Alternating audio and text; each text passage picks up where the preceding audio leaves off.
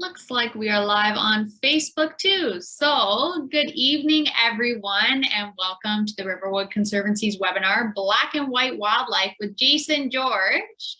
My name is Stephanie. I'm the Community Program Coordinator at the Riverwood Conservancy. I hope everyone is having a lovely evening. I want to say special thanks to Credit Valley Conservation for supporting all of the work that we do. Before we get started, I just want to mention that our August programs are now live on our website. Please register for as many virtual or in-person programs as you would like.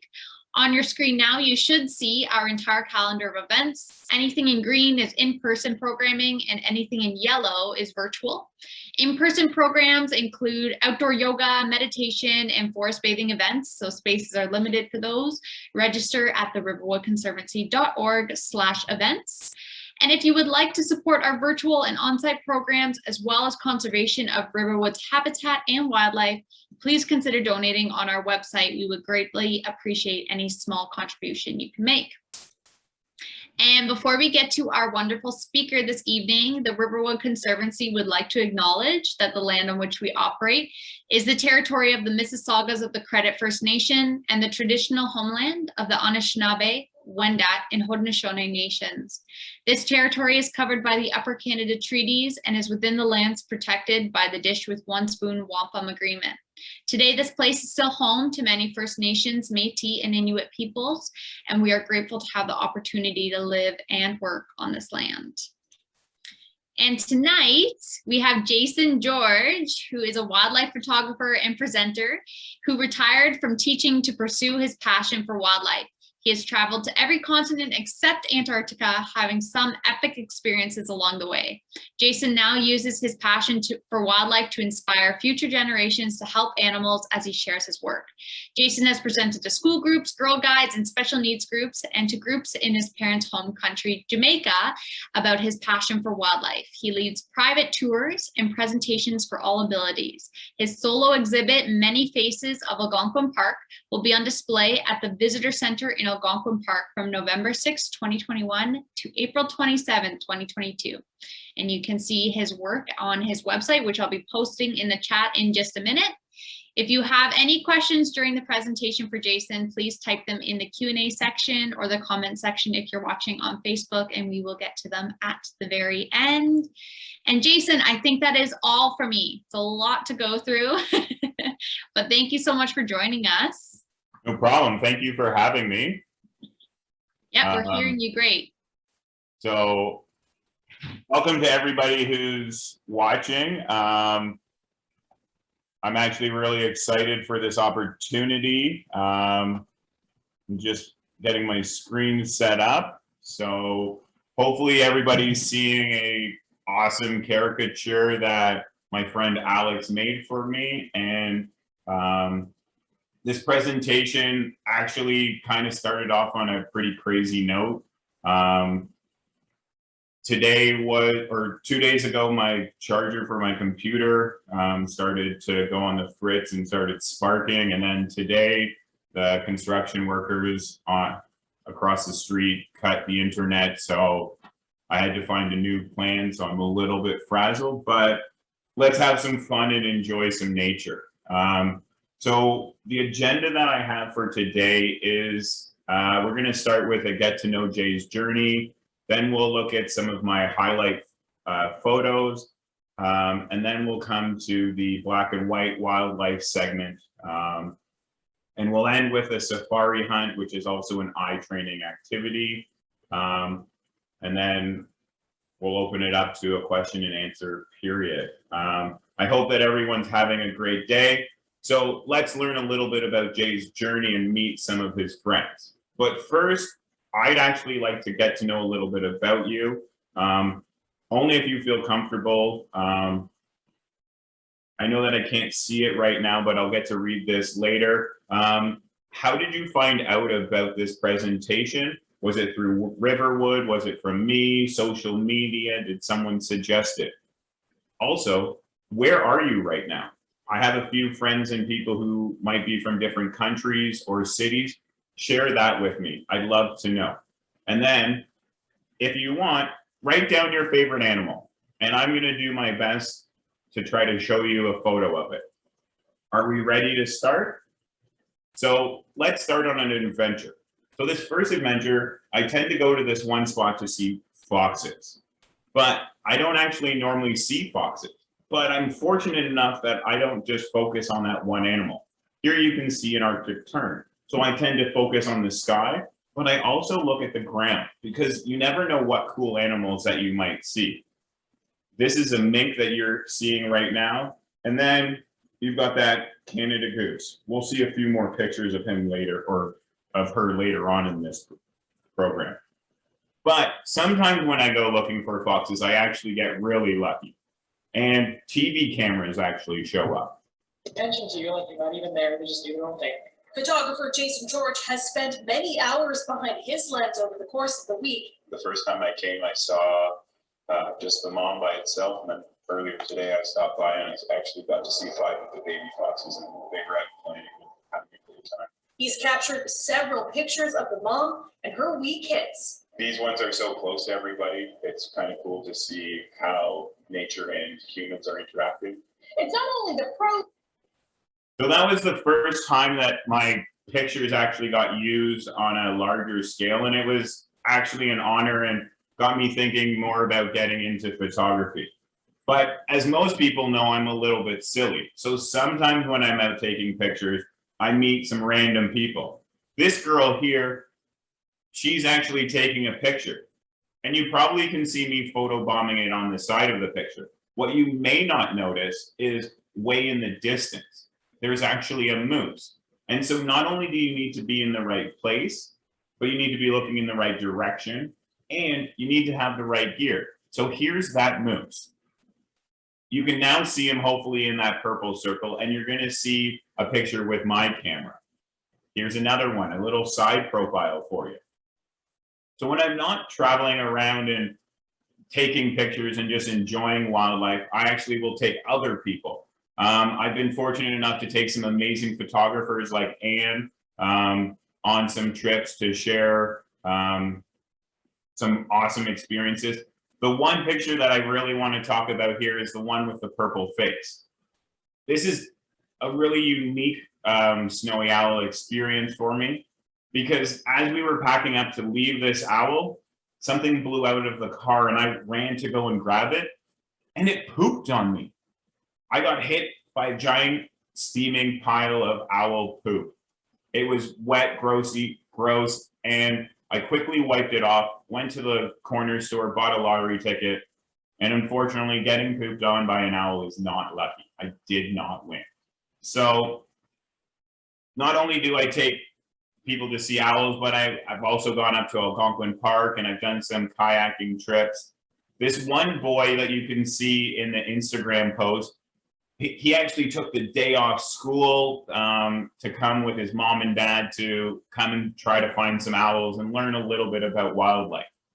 They didn't really know what to expect, neither did I, but we ended up seeing a few owls that day. And 2 years later, his mom made this post saying how because of that one walk with me, that her children actually started to love wildlife and the outdoors. And to me, that's like such a cool honor, and to actually get to know that other people are enjoying wildlife more because of me. Occasionally I get to go into the classrooms, not so much this last year and a bit, but I tend to bring my skulls and my antlers because I love to share. Unfortunately, I wasn't able to travel with them when I did go to Jamaica in March of 2020. But I had a great experience, and it was such a good experience getting to share my love with the locals of my parents' home country. Occasionally, I'll actually enter contests. I don't do it often, but one time I won a contest and I actually got my print on a banner. You can see some of my friends here posing underneath it. Occasionally, I'll host some workshops, but I've started to actually host some things in my garage because I built this really cool room. It's a presentation for it. It has all of like the weird things that I collect or have been given along my ways. There's actually a dinosaur footprint in there. I know, that's pretty cool. But speaking of garages, there was this one time I got called to a garage because I do get some odd calls every once in a while. And there was a Sandhill Crane in the garage. So I came and I had to pick it up. We put it in a box. And have you ever seen a Sandhill Crane up close? Wow, they're absolutely stunning birds. Well, on the release, it actually smacked me in the face, but it made for a really awesome picture. It was flying around and it was super healthy, but unfortunately it had been habitualized to humans and it wasn't flying back to the flock of 1,000. It kept flying towards cars. So that meant that we had to now chase it through these fields. And if we had the right gear, it would have been one thing, but we had a fleece blanket and 2 people that were injured. And hey, it was still a great time. And we managed to catch him nice and safely. And we sent him to the, speaking of wildlife, nature reserve in Aurelia, where he's now actually spending time. This picture is from his first night there, and he was doing well, and they tested him to make sure everything was healthy. It's weird though, because I do such weird and odd things, sometimes people talk about me. Who is or was your most interesting friend? We all know this guy, Jay George. He's an interesting guy. Interesting fellow. Sure. Yeah. Sure. He's done a lot of stuff. Yes. A lot of weird stuff with his life. Like he posed for the cover of Men's Magazine randomly. That's true. He went to the running of the Bulls and saw a guy get obliterated, have video of that. He used to play hockey with us, and he would cut the top out of his helmet and let his hair post. Yeah. It's fantastic. Now he's a photographer, I think, because I don't know when he's had the time to go on all these adventures. I think he rips off pictures off the internet and just puts the logo on it. But if he does, he's done a great job with it. Because somehow, no, he has the time, because somehow he's a private school teacher. Yeah, I know. Right. With no teaching degree. Yeah. That top question. Yeah, that was pretty funny. Which is the fastest runner? So that's a radio show, or 3 radio show hosts that are actually making fun or teasing me. They're Biggs and Barr. They're now out of Ottawa. But here you can see a picture of 4 geese. And I noticed something weird as these geese walked across the field, and I watched it and they started honking in this cat's face. And to me, it's a really funny picture, but to most people, it probably means nothing. But it goes to show that I noticed odd things. This one time I was in Thailand and I noticed this odd thing, and I started trying to tell the guards or the supervisors that there was something that just ran under the cage, and they start yelling at me, and I'm like, no, but they're yelling at me, and I'm like, hold on a second. I crawl down and I take a picture and I show them. They're like, oh my goodness, what? I can't believe that there's a baby tiger underneath there. And I was like, I was trying to tell you, but you guys didn't want to listen. So sometimes I get really lucky. Sometimes though, I have to put myself in the right location. I was once in a hot air balloon as we floated down from 2,000 plus feet over top of this leopard. Oh man, that was such a great time. But photography is also about timing. And I'm sure some of you are just like, ooh, I like this picture. And you know what? I really like this picture. But with timing, this picture can become a little bit better. Ooh, I like this one a little bit more. So with the other thing you need to think about with wildlife photography is knowing what you're looking for. Some of you are looking at this picture and you're like, Jay, there's nothing in it. Jay, there's nothing in this picture. And I'll be like, actually, there's a whole bunch of stuff in it. There's actually a piping plover. In the circles, you'll actually see 2 babies. I think there actually might be a 3rd one, but it's cut off by mom, right? You need to be observant. Sometimes you need to get lucky. One time I was told about 3 fox kits that were at a student's house. I got permission and I showed up, and what? I saw 8. I'm pretty sure there was 9, but I got a photograph of 8. That's the most amount of foxes I've ever seen at one time. Count them. Yeah, there's definitely 8. Sometimes I see them roughhousing and having fun, but you never know what you'll see with foxes. I love photographing foxes. Sometimes I I get a little bit stressed out. And you know when you make a mistake? So this one time I'm driving with Shelly and we're on our way up to her parents' house and we make this wrong turn. How often have you made a wrong decision in your life and you stress out? Well, we didn't stress out. We were like, oh, well, let's do this, do that, do this. And then we decided, hey, and I put it in my GPS and we decided to take my GPS as opposed to her GPS. And oh my goodness, this was the best wrong turn I've ever taken. We got to see baby foxes. First time I've ever found a den by myself.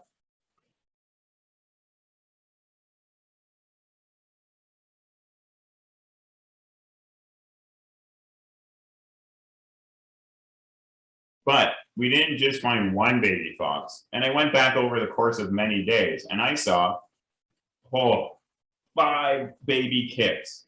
That's amazing. I love seeing foxes. They're so beautiful. And baby foxes are maybe one of my favorite things to photograph. But imagine you're a mom and you had to feed all of those mouths. Oh, that would be so tough. Have you ever had a big problem? I actually often have big problems, but sometimes I find when I actually take a closer look at it and I focus on like the root of the problem, I actually end up seeing it. Do you see it? That's not just a tree. There's an owl in that tree. Do you know what kind of owl it is? I'm a big fan of owls, so I'm going to show you a couple owl pictures. I'll give you a couple of clues. See how many you're able to guess. This one is an eastern screech. This one is not native to the Wasaga spring water area. It normally lives in the Boreal forest. Oh, that's right, it's a Boreal owl. Oh, what about this one? This one's a very common owl to be seen. It's a barred owl. You're correct. This next owl is maybe one of my favorite. It's about the size of a pop can. That's right, it's the size of a pop can. And honestly, I'm really original with my names of photos. So I call this next photo the Wink. Yeah, it's still a saw-whet owl. Here's an owl that doesn't look like an owl. It looks more like a hawk. This owl became really famous in Schaumburg. Did any of you see it? I only stopped in on it a couple of times on my way to work. There were too many photographers harassing it, so I let it be. But this is the northern hawk owl. Oh, it's got some food in its mouth. Oh, baby owls. Do you know what kind of owl this is? Yeah, that's right. It's the first owl. It's an eastern screech owl. So good job on those of you who guessed it. But enough with the birds. Let's talk about something bigger. Let's go to Africa. Let's talk about the cats. So here are some lionesses. Look at this baby cat. Look at the size of the pod. This cat is going to be huge. Well, maybe you like taller animals. So how about we look at giraffes? Did you know that every giraffe has a different pattern? Just like you and I have different fingerprints, every giraffe has different prints. And they'll use their heads not only to show affection, but sometimes in battle. Oh, maybe you like a heavier animal, and we'll go to an elephant. Oh, come on, somebody had to like an elephant. We actually got really lucky on our adventure to Africa, and we got to see a Siamese cheetah. Okay, I'm joking. It's not a Siamese cheetah. It's actually a mom with a cub. The best part about this experience was that mom was actually teaching her cub how to hunt. Yep, we got to see it. I got to see the fastest animal in the world chase its prey down. And depending on who you're cheering for, I actually got to, well, depending on who you're cheering for, it goes one way or another. And we'll leave that answer for another day. So, hold on. Maybe this is a little bit fast. I should probably slow it down. Sorry, that was a bad joke. Some of you got it. That's right, it's a three-toed sloth. Most people actually think that sloths aren't that cute, but do you know what is cute? A baby sloth. If you look closely, you'll actually see a baby sloth in his mom's arms. Ah, baby sloths are so cute. This is probably my favorite picture. Most people, when I talk about my photography, they love this one picture that I took, and it's of a wild pony from Dartmoor, England. Yep, the wild ponies of Dartmoor. I've seen wild horses twice in my life. Another picture that's actually recently become really popular is the moose and fog. I actually recently shared this in a Facebook group, and oh my goodness, that's right, it got 13,000 likes. Unfortunately, those likes don't put food on my plate, but it's kind of cool to see that one of my pictures was so well liked. I don't know. What do you think? Yeah, right? It's kind of cool. So, do you know what the difference is between a male moose and a female moose? Some of you might, some of you may not. The one in the back with the antlers, that's a male moose. What you may not know is that a male moose will actually drop its antlers in the winter time. This picture for the longest time was actually one of my favorite pictures of moose, because you could see a male and a female. And then I took my mom and my dad for Mother's Day gift, because I never know what to get my parents for holidays or birthdays, so I try to give them experiences. So I took them to see moose, and we see this mom moose with two twin yearlings crossing a trail. It was awesome. It was just a split second, and my mom was like, I just wanted to see them crossing the road. And I was like, this is way cooler, but we all want what we want. So this became my favorite picture for the longest time. And then I saw the kiss. Oh man, the golden calf. This was a special moment. Have you ever seen a moose? They are massive. They're so beautiful. Recently, I was with my parents and I actually saw the biggest moose I've ever seen, and I call him the marble moose. Look at his antlers. Look at the beauty on the way the pattern is. Here's another one of the same marble moose. And I only call it because it looks like marble ice cream or like the marble countertop, right? Do you see that? It's so beautiful. And a lot of people sometimes tell me that I get too close to animals, but sometimes animals get too close to me. This one time I was standing around fishing. Honestly, it ended up being the worst day fishing. I didn't get a single bite, but this baby deer out of the corner of my eye started walking towards me.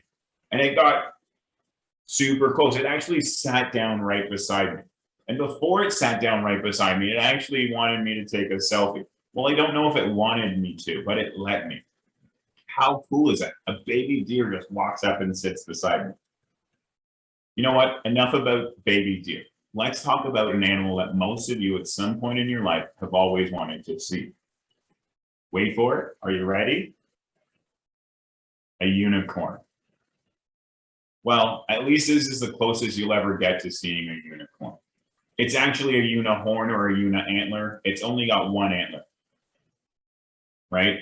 This is my favorite deer picture to actually take, is finding one of these beauties, having only one antler in the air. Sometimes I get lucky and I end up finding the other antler or this antler a little bit later, but it's just cool to get to shoot a one antler deer. There's something about it that just makes it super special. So deer antlers and moose antlers fall off. And you'll see that if you remember, the moose had a little like dark color over top of it, just like this deer. That's a velvet. That's how it grows.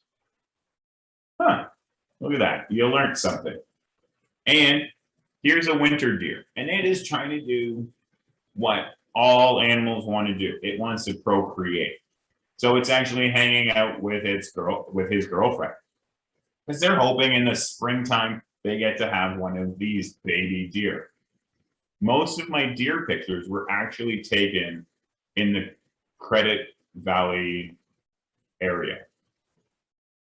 So that's pretty cool because that's where Riverwood is. This next story is actually a pretty funny story. I went into the bush with my buddy Adam, and I've been tracking deer all summer long, and I've been having a good time. And it's now fall, and this is the biggest deer I've ever seen, and it just, something seems up with it. And we watched him for close to 45 minutes. And every time we got ready to leave, a little sniff, a little lick, and it was like, okay, we'd sit there, and eventually it's like, okay, man, like, honestly, we need to go.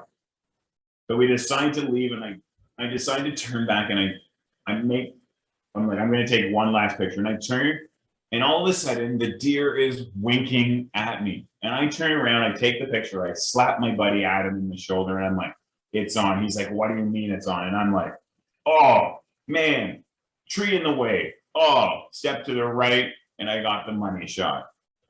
It actually happened right in close to Riverwood. Huh. I never knew that I would ever get to see that, but it was kind of fun. But no talk about Canadian wildlife would be complete without talking about an apex predator. So here's one of them. This is a fairly small Algonquin wolf. Oh, look at those eyes. I think he's licking his lips because he wants to have a little taste of Jason, but who knows? Well, that sort of brings us to the end of our little intro and learning about me. I hope that you've enjoyed it. Now we're going to get into a conversation that I want to talk about. It's this black and white wildlife. And I'm going to try to change your perceptions on specific animals. And I'm going to show you that black and white wildlife is beautiful. I hope that you enjoy it. And maybe you'll make some connections of your own. I'm not going to do anything too crazy, but it all started with me getting the option, or the opportunity, I should say, to open a gallery in Wasaga. That's where all of this started. And so that gallery is actually open until September 25th. It's only open Thursdays and Saturdays, 1 to 4, if you'd like to check it out. And then the Barrie Public Library was like, whoa, what's going on? And they did an interview in an online social media thing where they shared some of my pictures, and we tried to interact with people and maybe get people to think outside the box. And that was pretty cool. It is actually still open. And if you enter, you get to win free prizes. That's right, free prizes. Who doesn't love free prizes? All you have to do is share some photos and tag a couple people. Check it out. I think it ends at the end of this week. And then I was at the Barrie's Farmers Market, and I was talking to this amazing company, Cheeky Candles. And we started talking, and they're like, oh, we should make a candle. And we called it the Beauty of Black and White. There's a card and candle combo that you can order from her or from me. It's a little bit fun, and there's 3 different scents and a whole bunch of different photos that you can pick from to make the combo that best suits you or the person that you want to give it to. So,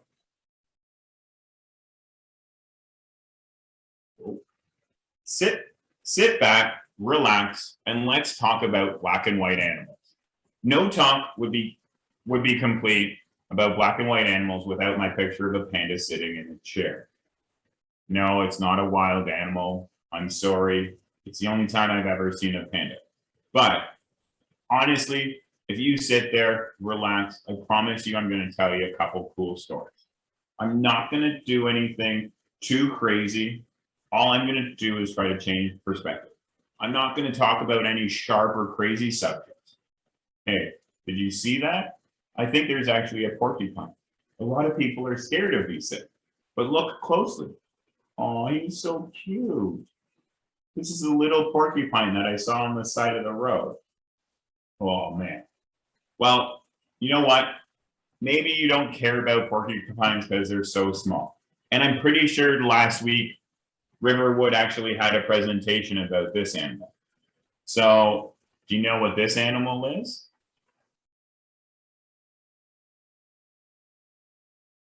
Oh.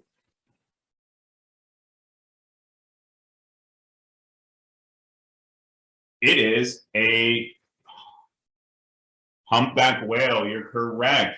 So these are the biggest animals in the world, or one of them, depending on who you probably talk to or if you see a baby or not. But In a pod, they'll actually, one will take a turn and it'll create this ring of bubbles. It's referred to as bubble feed. And they will actually, one will take a turn making this bubble net around their prey as the rest of the pod comes up, mouth open, and they all get their food. It was an incredible experience to get to see with my mom. And I do hope that if you ever get the chance that you go and enjoy these giants of the sea. Well, while we're talking about water, let's look at one of the coolest or most unique animals I've seen. And I say unique because of the way and how easy it just moves and the beauty of it.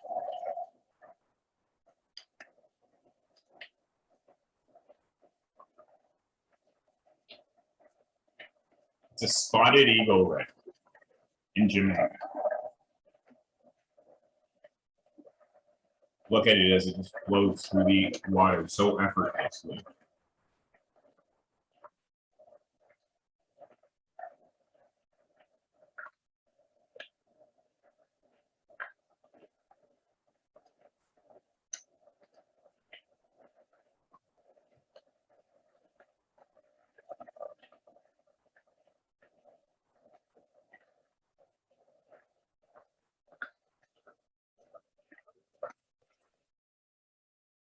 So just how that thing soars through the water, this bird soars through the sky.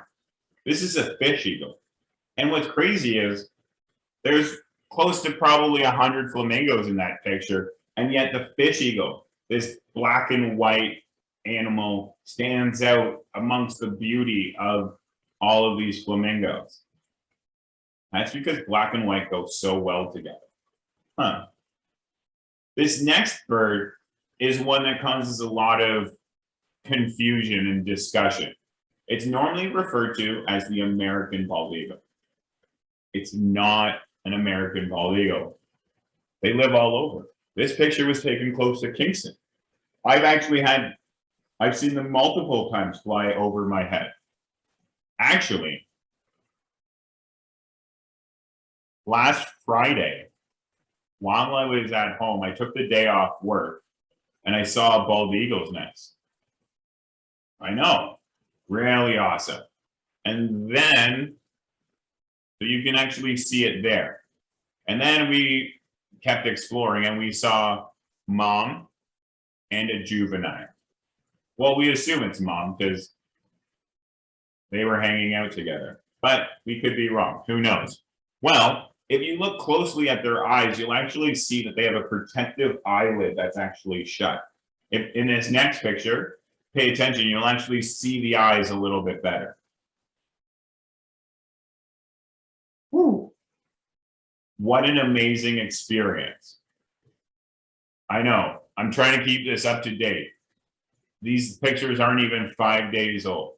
And if you want to see more of this experience, I am going to share them on my Instagram and on my website after this event. But I wanted you guys to get to see them first because it's so special to me that you've taken the time to sit and be a part of this.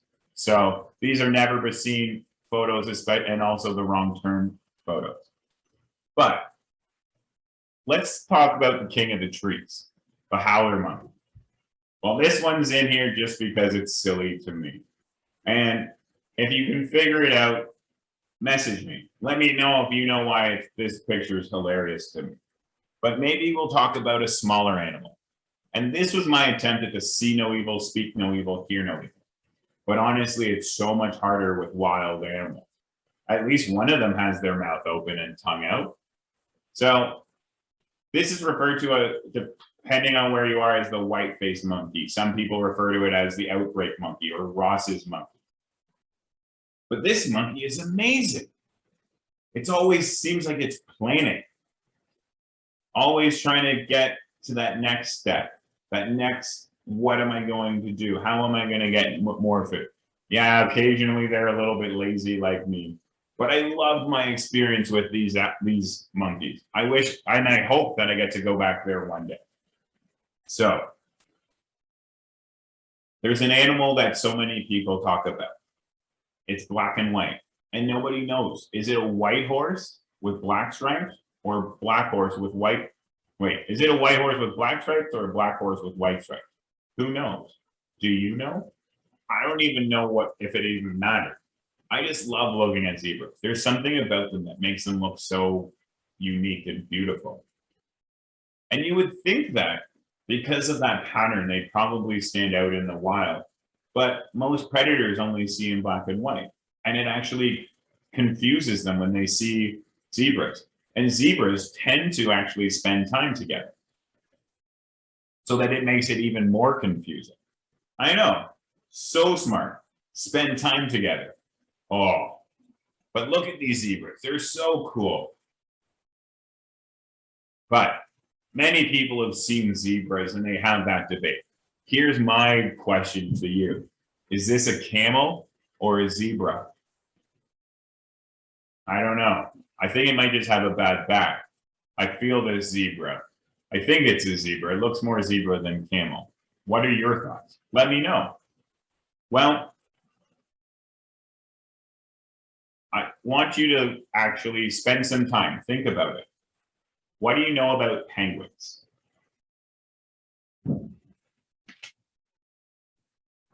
Well, you're right.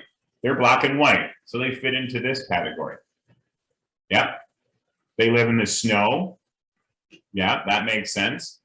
They also they alternate who feeds and takes care of mom or of the babies. Mom and dad both take care of it. Totally agree with some of those, but don't always believe what you read or hear on TV. Those are penguins in grass. I know. I love showing people this picture because it's so confusing. And this picture is one of the pictures I show to people the most because I love the conversation that it gets started.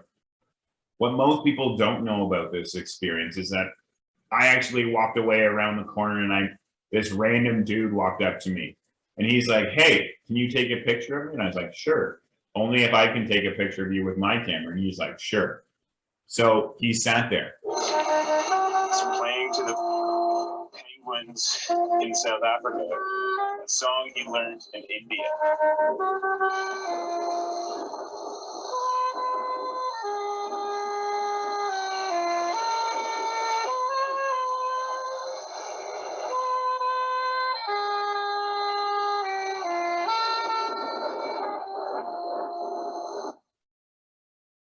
And that's a little recording that I actually made while I was there.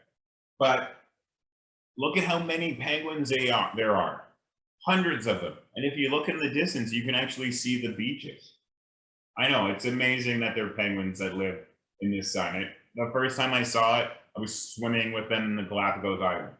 This here is in South Africa. It's so confusing. But enough with birds that aren't North American. Let's bring it back to North America.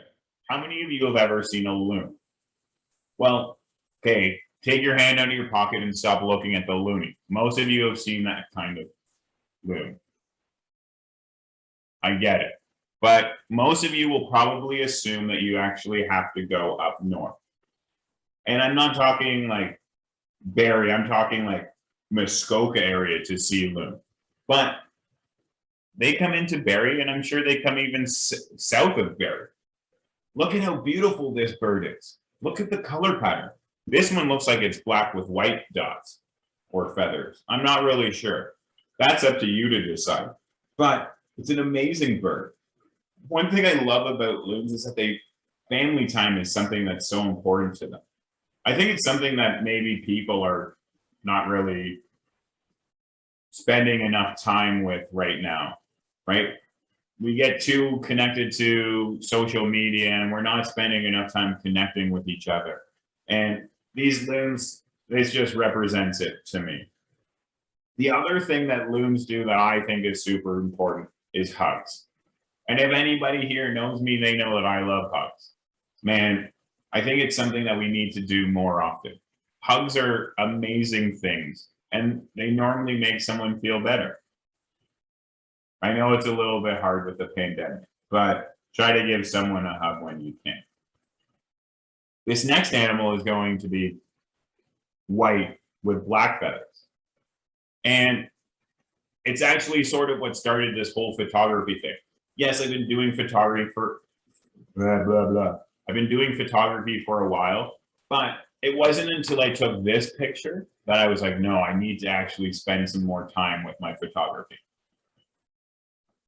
I was sitting in a business class and we were setting up our SMART goals. And as per usual, I get a little bit off topic and I start saying, oh man, I'm going to see an owl. You know what? I'm going to see an owl before the end of the year. I haven't seen an owl in 35 years of my life, and all of a sudden I'm going to see one before the end of the year. Boom. You know what? I set the goal and I got it done. I got to see my first snowy owl. That's right. Beautiful bird. And this is when I was like, no, Jay, you need to do a little bit more with your photography. And I started to do it. And a lot of the times when I'm having a bad day, I head out into wildlife to make a bad day better.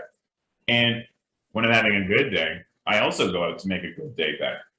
Sometimes I just sit there and I ask the animals questions and they respond to me and they actually really help me out. Other times I just experience these weird moments. This picture here was maybe one of the weirdest owl experiences. And it's not because of the dirt all over the screen. That's not dirt. Those are little snow bunnies. But what makes this story really odd to me is that I watched that owl walk across the road, right? I watched an owl, a predator, walk across the road. It should be able to fly, but it chose to walk across the road. My whole life, I spent time trying to figure out, why did the chicken cross the road? Who cares? Why did the owl cross the road? That's what I want to figure out. Man, I would have figured it out, but this red truck zoomed by me and scared him off. Ugh. Oh well, it happens. So have you ever been out doing something and you're like, oh man, I want a photo, and you ask someone to take a photo for you? And honestly, most of the time it's a garbage photo. It's either of your feed or like the object in the background's not even in the picture that you wanted, and it just doesn't turn out. Well, this one time I'm out in Toronto and I asked this guy to take a picture. His name is Chris Drebs. He took this picture and the other picture of the black fox, or well, actually it's a red fox if we want to be honest. And he took these two pictures. I mean, they're like the best pictures I've ever seen. So thank you, Chris, for these pictures. It's after this that I started trying to get more pictures. And Lori actually started taking a lot of amazing pictures for me. But this is the black fox. It's when I saw this fox that I knew that I had a cool idea. Black and white wildlife. Hold on, I'll zoom in a little bit on that fox. That's the picture I'm actually taking while he's taking a picture. Look at it. Wow, that is a beautiful red fox. Wait, did I say red fox? That doesn't look like a red fox. Huh. Well, when you look at a red fox, sometimes you see black hair. So just like every fox is different, every person is different too. Yeah, I get that. Huh. Well, the reason that this fox is different is because it's a melanistic black or melanistic red fox, which causes its black hair to grow more than its red or orangey hair. It's basically, to try to simplify, it's kind of like the albino gene for foxes. I know, super cool. Who would have thought? Oh, look at how beautiful it is. Look at those eyes. Woo! It hunts just like a fox. It jumps like a fox. They're beautiful. And just like all of the other animals I have, it also sticks its tongue out. It's one of the things that people find funny about my photography. I tend to get silly photos of animals. And when I tend to send selfies to people, I stick my tongue out. So it's awesome that the animals do the same thing to me. So now this is what most people really enjoy about my photography talks. It's the safari hunt. It's a little eye training activity. Some of you might have noticed that there's a Highland cow next to in this picture. Some of you might have even have noticed that there's a second Highland cow. That's awesome. Some of you might not even have realized that. But I'm going to try to help you next time you go out to see animals to experience them better, see more animals. So are you ready to try? I wish I could see you and know that you were shaking your head yes and all for it or thumbs up, but I'm just going to assume you want to do this. So are you ready? Okay, go. Do you know what this animal is? Actually, it's funny. Most of you have probably held it in your hand. That's right. It's on the quarter. Do you know what it is? Blah, blah, blah. Do you know what it is? Nope, it's not a moose. Oh, that's right. It's a caribou. Can you see it? Oh, there it is. Okay, let's try one more. Actually, we've got a couple more. Don't worry. Do you see this one? It has a white tail. It also has a sweet rack, just like the caribou or the moose. Do you see it? Anyone? That's right. There you go. Oh dear. That is a male deer, white-tailed deer. I feel some of you think that this is too easy. Is that correct? Too easy? Okay, fine. We'll make it a little bit harder. Go. There's 3 of them in this picture.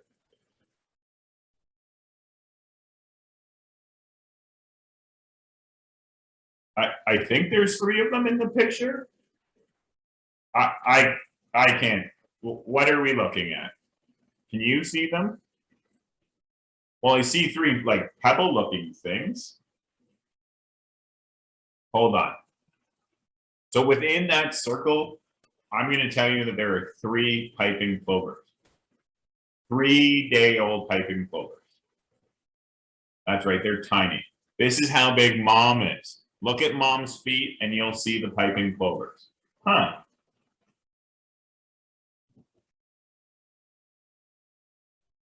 Okay, that one might have been a little bit tough. Let's try our luck in Africa. Do you see it? Look closely. Okay, some of you are probably struggling and like, Jay, I don't see it. Some of you might have seen it. Some of you only see part of it. So this is the part that some of you see. There's 2 Thompson Gazelles. What you may not notice is that over here, you'll see a cheetah, Camouflage. Look at how close the fastest land animal in the world is to these Thompson Gazelles. It was amazing watching this cheetah stalk its prey. It moves so slowly and methodically. Well, I'm still not going to tell you how it ended, don't worry. That's for another day. Well, do you see the animal in this picture? Oh, there's some black hair in this red fox. I know, this one was pretty easy. Oh wait, do you see that mouse? Huh. The mouse is jumping away from the fox's face. That's right, look, right there. Pretty cool. Sometimes you have to just be lucky. So let me paint a picture. I'm driving 80-ish kilometers down the road, and I see the biggest land animal in North America.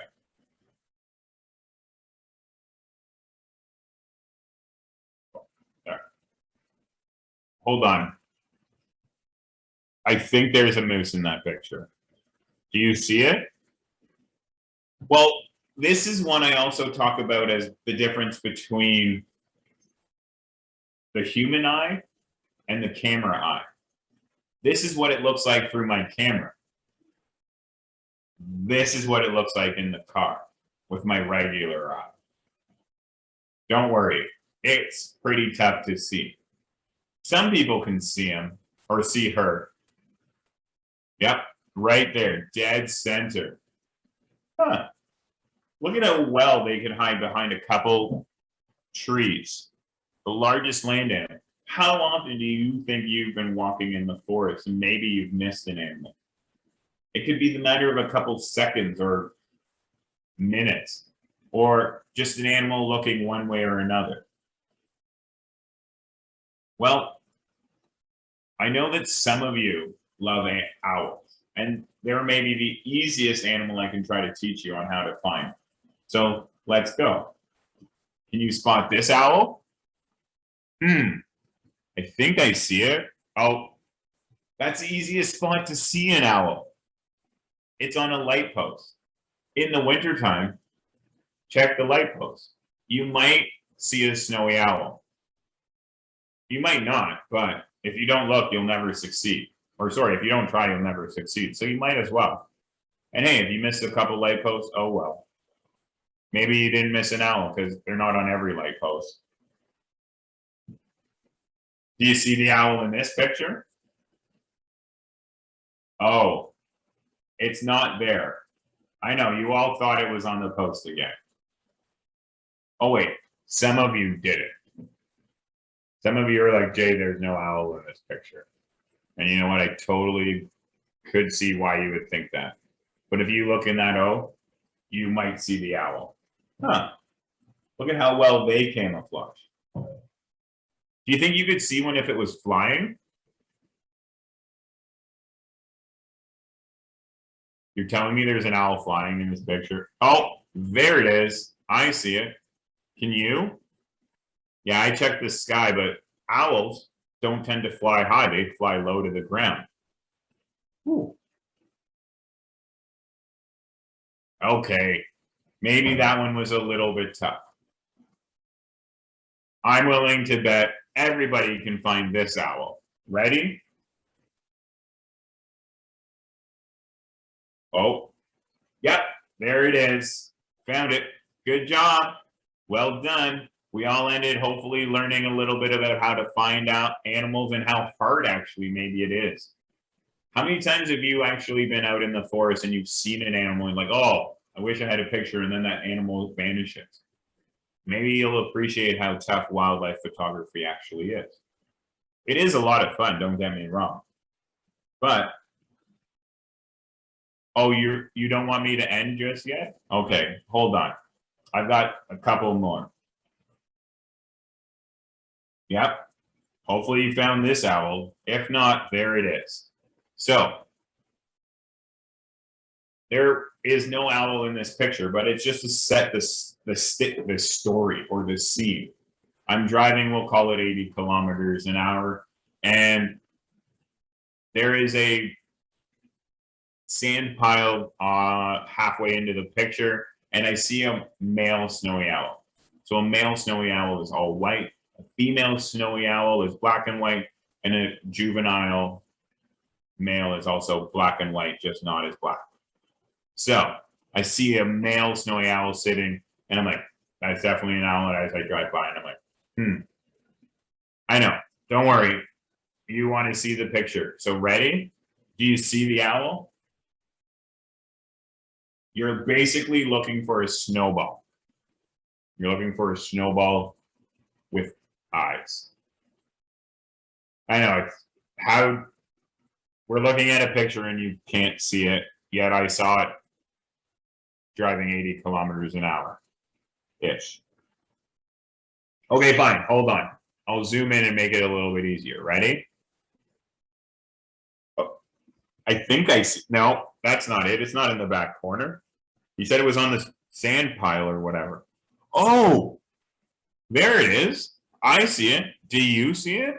Ooh, look at that. Male snowy sitting on the ground. And I left and I came back a little while later and he was still sitting there. Oh, what a beautiful experience. So, do you see the animal in this picture? Yes, okay, there he is.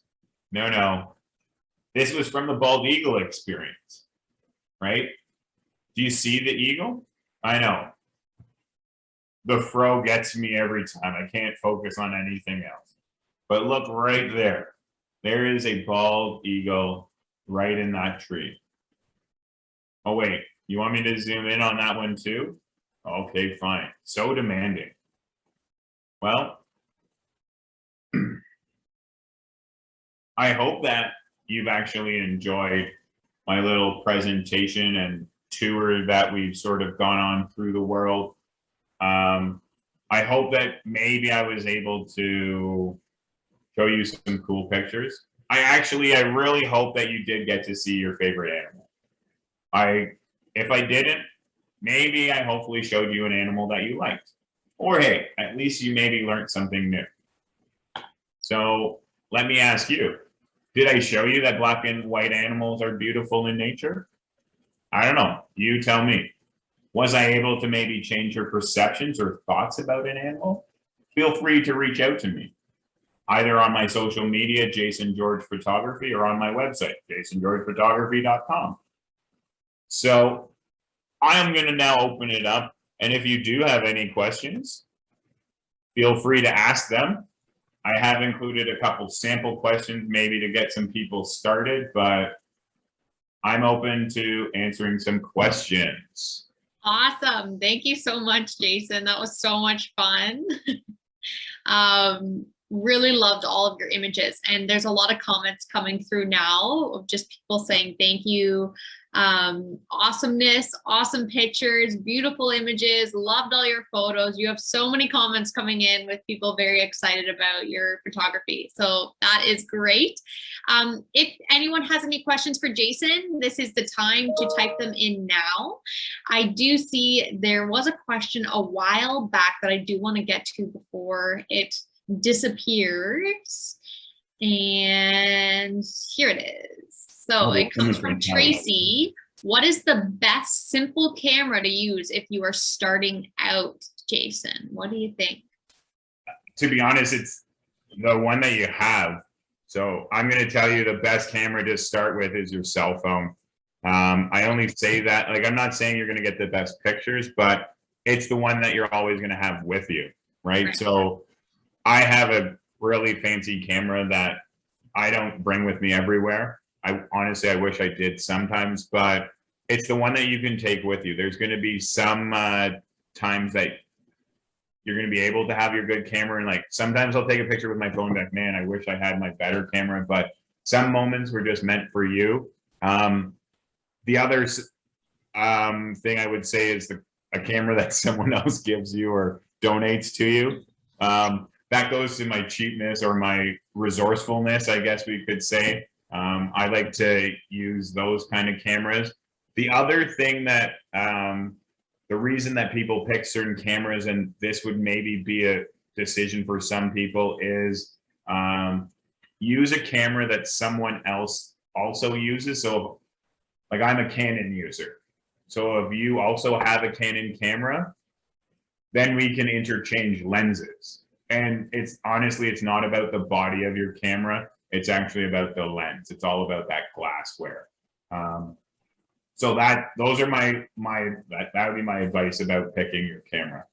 No, that's awesome. And honestly, most of my insect and butterfly images and caterpillars and plant images are just from my phone, and it's better than my camera, my like cool camera. I honestly, like, because your phone does so much stuff that you don't need to worry about. You're just like, oh, hey, point and shoot, where with your camera, you got to flip this dial and change this setting. And then sometimes you're too close and you have to back up. And then by the time you're done. And then your animal like runs away. Like with this wolf that I recently saw, like it was there, and I was like, luckily I had my settings and we got to spend some time, but most people, when they see a wolf, it's like crosses your path and it's gone. And it's like, this one spent 30 minutes with us. So I was like, oh, well, I can change this setting and get better pictures. But sometimes it's better to get a picture just on your phone. But again, when you go to blow up that picture, and like it depends on what you're using that picture for, that's when it starts to play more of a factor. Right. A question coming in from Facebook is, what is your favorite animal to photograph? The next one that I'm going to shoot. Okay. Or one I haven't shot before. it tends to be normally like, if we're being all honesty, it's the last animal I shot. So normally it was like an owl because I love owls, but recently I shot a wolf and like everything in my, I was like, wolf, wolf, oh man, wolves are awesome. And then Friday I'm now like, eagle, eagle, I need to go see eagles. Bald eagles are the coolest. So like, I don't know if I actually have one favorite animal. I do love pretty much all animals. Well, can I tell you like a secret just between you and me, Steph? Yeah, for sure. It's only you and me here. Okay, don't tell anyone else. I'm afraid of animals. You're afraid of animals. Yeah, I'm How does that terrified work? of them. I'm terrified. I do this because I'm trying to get over my fear. So, Very interesting. and I think it's partially that's why animals maybe get so close to me. Because Like, you're like, oh, this guy's terrified of me. I can sense his energy. He's not going to hurt me. Like I get close and he's more afraid than I am of him. So they end up coming and nestling down beside me. So. oh, that's awesome. So maybe somebody that's scared of animals or snakes or spiders will be inspired by you then. Yeah. Another question came in. What made you inspired and motivated to pursue in wildlife photography, and why do you enjoy it? Well, a lot of people do like wedding. Like if you want to make money in photography, like go be a wedding photographer. You'll make way more money. But I'm not in it for the money. I love experiences.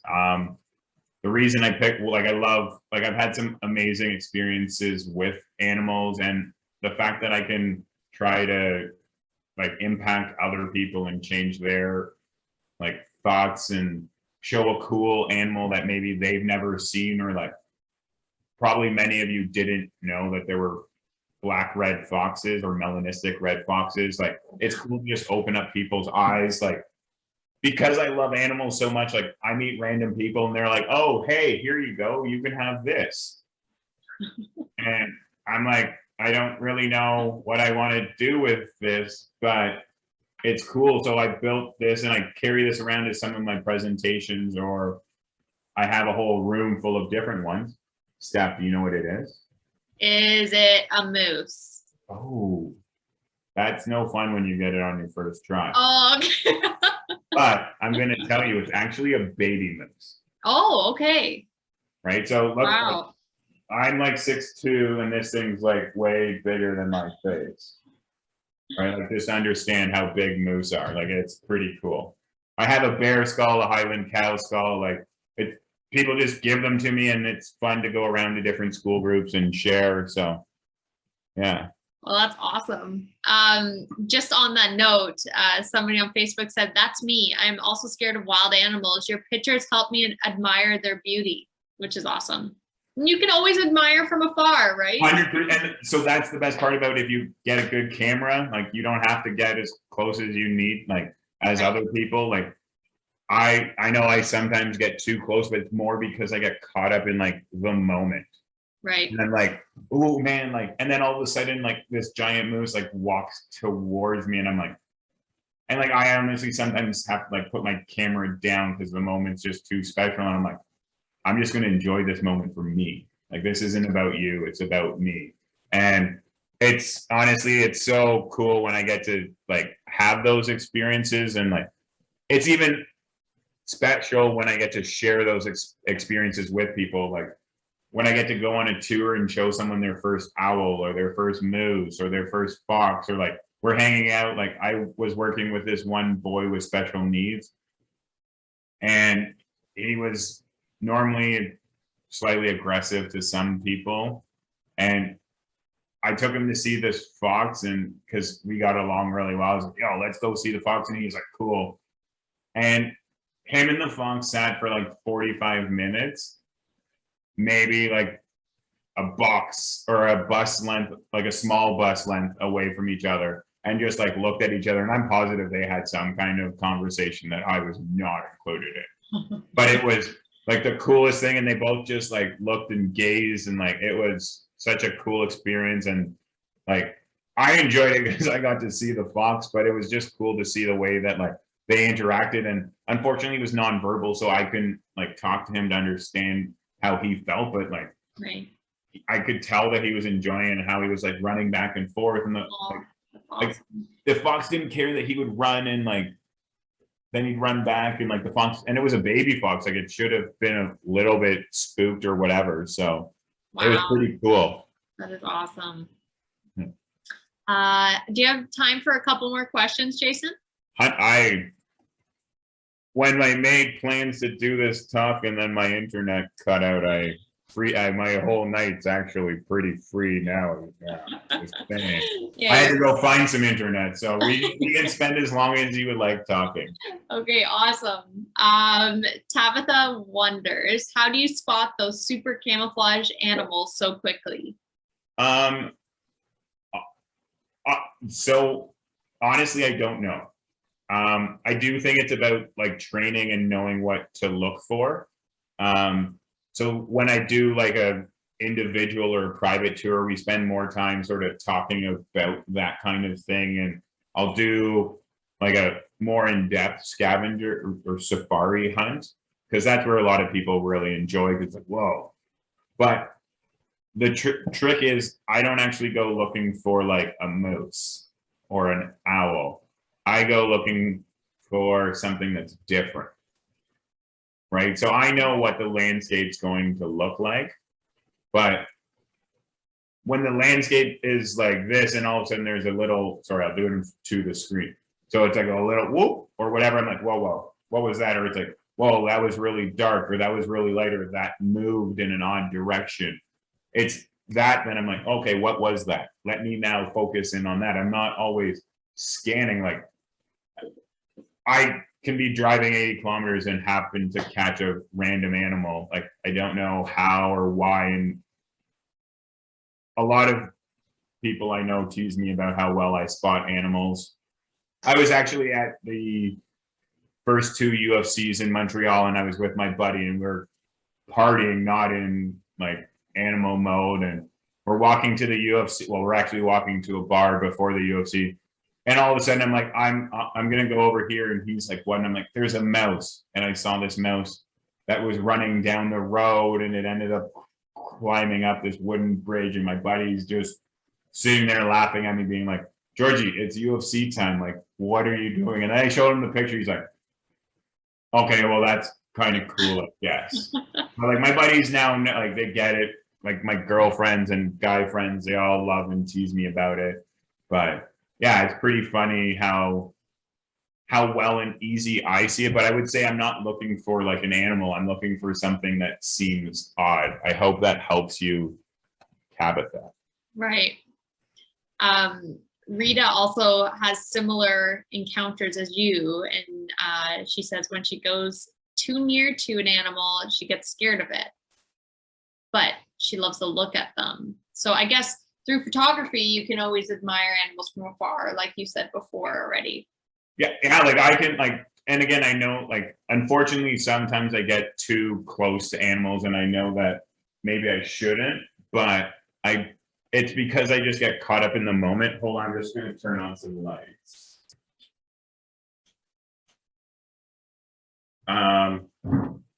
But I honestly, I get too close, but if you want to enjoy the animal, you don't want to get too close, and you need to start paying attention to like their mannerisms. Like, an animal will let you know if it's uncomfortable. Right, there was a picture that I showed while Biggs and Bar were like teasing me, where I showed me with a bear in the background. Like, most people were like, you were too close to the bear, and I 1000% agree with them, except for the fact that that bear was eating salmon. It was ripping apart salmon freely. It had no interest in me. I, though, should not have turned my back to it. Right. I let someone else take a picture of me. Unfortunately, the person taking a picture of me wasn't even using a camera. They had an iPad in front of their whole face.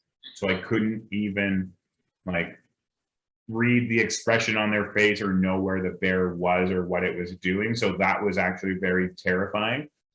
But it was my mom taking the picture, so I assume she would have reacted fairly quickly. Right. But it was definitely not the smartest move for me to maybe turn my back to the bear, but because you need to be able to see and understand what they're doing.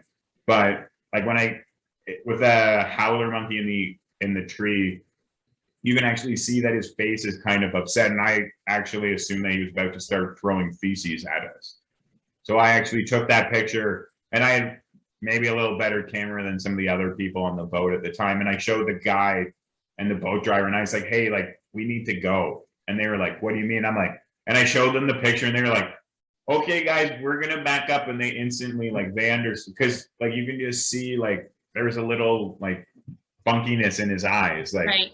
or like the hair's different, like with moose, or like the ears. Like if the more you're around animals, you start to understand them, and that's really what like getting out and getting better pictures are. Like it's not about, ooh, I want to get close to them. Like I want to get close enough to them that they'll chill and hang out, Right. and do their thing, and I can enjoy them while they do their thing. Mhm. I hope that whenever I have an experience with the animal, like I can come in, enjoy it, and then I can walk away and it's still there doing its thing. It's Like a natural thing, right? Like, Yeah, like I don't bait my animals. Like Yeah. with my snowies, like I actually hope to not scare a snowy and make it waste energy while I'm getting a picture. To me, a picture, like that's not worth the picture. Like I want to just enjoy Mother Nature and the beauty that it's going to bring me and give me. that's awesome. And again, like that's not for everyone. Like I recently just met someone who lets people bait on their property, and I like it is what they like, that's their choice. I can't like, but it sucks because that owl then gets associated with people feeding it, and like maybe it doesn't impact it now, but next week it gets too close to a car and it gets hit by a car because it's Exactly. they're feeding it. And that's really the issue. It's not like, and like, you know what? I've never seen a snowy owl. Oh, actually, sorry, I've seen one snowy owl eat, or sorry, play with a mouse. Right. I don't have any action hunting shots because I haven't seen it. When it happens, it's going to be amazing. Mhm. I'll wait for it to happen. Yeah, it'll be more rewarding that way, right? Yeah, like I saw, like to be honest, I saw 191 different sightings of snowy owls last year, November to March. Wow. So, and like I never seen one like 3 years ago, but it's crazy where you like will actually see stuff and like start to appreciate things. And it, like I know that people feed squirrels and chipmunks, and like I don't feed those in my backyard unless it's a bad storm. And I'm not saying you shouldn't, but there's a fine line, I think, between doing it, and some animals and some people don't always get along. Yeah. It's great just to take photos and let the animal do its natural thing. And I think that's probably a great way to kind of keep it, right? Yeah, for sure. Like you want it to stay natural, and you want the animal and people to be safe. Like when I take people on tours, like that's like my first thing I talk about is like your safety and my safety and the animal safety. Like that, like Right. we're not doing something to like, don't get me wrong, I do stupid things and silly things, but I make sure that other people try to be safe. Like I don't think you should go cage diving or run with the bulls, maybe, but I've done those things. It was fun, but you need to be safe and smart about the silly things you do so that you can do more silly things and enjoy life. That's awesome. A couple more questions came in here. Do you have any of these photos of otters on your website or Facebook page, Jason? Otters, I've only experienced twice in my life. Right, they're hard. I do have a couple otter pictures. I will put some hopefully in the next little bit on my website if you'd like. But I will say this, they're not like super amazing. That's one of the animals though that I think I found where a family sort of lives and hangs out. So I'm gonna hopefully investigate more as I kayak towards them. Right. And there's less people on the water / in the winter time because they're easier to see because of their trails. So, but yeah, I don't have great photos of otters. I have a half decent one or two. But. they're difficult sometimes. They're very sly. Yeah, my friend actually took a picture of, like, we saw 3 of them, and it actually, like, the head of one is up and then the tail of the other one is up. Right. She's actually the person who took the picture of me in the kayak. Her name's Ellen. She took a picture and it actually sort of looks like Nessie. Oh, really? So I made a joke being like, oh, you found Nora the naughty, Nessie's cousin. Like, just because the face is like kind of gross looking, it's kind of close, and then the tail is so far away. Like, it's actually not a Loch Ness monster, because I've gone to investigate that in Scotland and it's not true. But I have a similar story actually to that, Jason. I was working up in Algonquin Park, and there were some international travelers that came and said they found an alligator in the river. And I was like, alligator? Not that I know of. And they showed me, and it was an otter, but it looked exactly like an alligator. And they were like, are you for sure that it's safe to swim here? I was like, yes, no alligators. They're just otters. That's cool. Yeah, it is pretty cool. I honestly will sometimes tease people if they're close to water, saying that there's like a shark in the water or an alligator, because people do it to me and it kind of creeps me out. But then I quickly am like, no, I'm just joking. Just a joke. Yeah. Let's do 2 more questions. People are saying that they really love this presentation. Well, hopefully we can do more. Yes, absolutely. So Matt has said, are there any animals that creep you out? I find that when shooting things that would freak me out normally, I go into a zone and forget what I'm shooting. Just looking through the lens is different than if I were not shooting. Like a bat. If a bat is in my yard, it kind of freaks me out. But when I go to photograph it, I lose that creeped out feeling. Can you relate to that? Yeah, I feel I know Matt. I think I met him at my house in my garage. Oh, actually? I'm not, if it's the Matt I think it is, he shoots with Sony, and I'm pretty sure, oh, no, never mind. It's not the Matt that I thought it was. Just thinking the same way. Yeah, so sorry for confusing you, Matt. You're probably a better guy. I'm just teasing. But honestly, that's honestly why part of the reason I get close to them. Like, if you look at my wolf pictures, like, I'm standing across the road from a wolf that's hungry. Like, I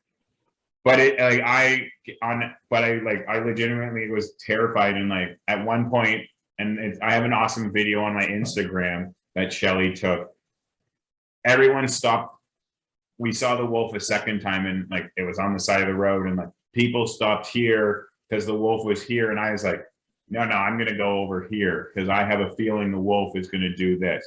And the people in the car with me, Shelly and Shatir, were like, what? And I'm like, no, this is what we're doing. And we parked down here. I got out of the car and I was like standing there, and all of a sudden I was like, holy moly. I might have said an explicit word there. And then like the wolf starts running towards me. Like, I'm not like, it's not at me, but it's towards me. And it was honestly like, but because I had my camera, like, I was protected. Like, I was like, I know I couldn't run because I felt that it was more of a like if you run from an apex predator, like, you entice it to do what it wants to do, and it's going to come and maybe make you dinner. So I stood there, and it actually like runs towards me. And as it eventually, like, maybe like just over a car's distance away, it was like, oh, and then it walked away and like ran into the bush. So it was actually it was an amazing experience, and I'm glad nothing happened. But I totally get what Matt's saying about not thinking about other things in the world or your fears of animals, because I'm terrified of them. And this, I guess this fits in with what you just said, actually. Andrew really wants to know, are coyotes dangerous to people? So they probably can be, but honestly, I've in every experience I've had with a coyote, I photographed baby coyotes. I've had like fairly young ones run towards me and run around me. Like, I don't think, like, if you pay attention to the animal, like, they'll let you know if it's going to like have like an issue with you, like it's gonna give you a heads up. But that also depends on its food source. Like if it's well fed, like does it also have mange? Does it have like a parasite in its brain that could be sending it out? Like this is like it's like I don't think that any animal really goes out trying to hurt us. Right. It might be because we did something and maybe we don't know, like we walked into its territory or we walked close to its baby, right? Like never get close to an animal and its baby. Like with moose, like one thing I'll say, always make sure mom and its calf that they can make eye contact, direct eye contact. Then you're like, it makes things a lot easier. Coyotes, honestly, I don't have much experience with them, but I think if you respect them, they'll respect you. Right. And honestly, like with loss of their habitat and loss of their food resources, that's why we're having these human to coyote interactions in the city, in Toronto and Mississauga and all these places. And, you know, they're just trying to live and they're not trying to come after us specifically. It's just they're trying to live. And then the other aspect, like that's the main aspect. And then the problem is and again, I'm just throwing out a number, but 1 in 5 people feed a coyote. Right. And the coyote gets used to being fed by this person. And then the next person that comes close to hates coyotes and then it gets injured or hurt or attacked. And that's where the whole like feeding animal aspect I sort of have an issue with. Again, like I get it. I'm not gonna, like I might say something, I'm not gonna try to change someone's opinion. I might just be like, hey, like have you thought about it this way? Right. And yeah. To keep the wild, I guess, is the best way. And I think Kay wrote a message. I think it's being recorded and will be sent out. Yes, it is. This webinar is recorded. It will be on our Facebook page and on YouTube as well. And Jason's.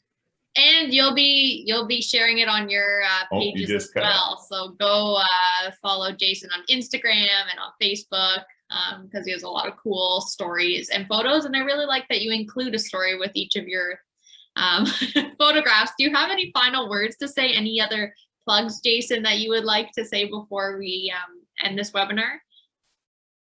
Honestly, I would just say stay safe.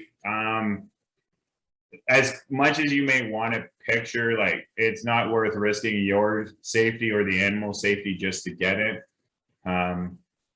Honestly, while I'm out, I'll be taking pictures, and I've actually put my camera down just so that I can enjoy a picture for myself. And I know that many people think that's weird and odd, but many people know I'm weird and odd. So it is what I do. Not everything is meant to be shared, whether it's wildlife or even just pictures of your kids. Like some pictures are just meant for you, even some moments are meant just for you. I know it's weird if photographers telling you not to take pictures, but sometimes just enjoy that moment, be in the moment, and make the most of your time on this planet. We only have so many circles or cycles around the sun, and we don't know how many that will be. That's part of the reason why I do all the weird and crazy things I do, because hey, if I make it to 40, awesome. If I don't, I had a fun time getting there. So that's awesome. Thank you so much, Jason. This has been a great presentation. Everybody go follow Jason on Facebook and Instagram, and hopefully we will see you at another webinar or maybe on-site program in the future, Jason. That would be awesome. So everyone, I hope you enjoyed and have a great evening. Goodbye, everyone. Goodbye.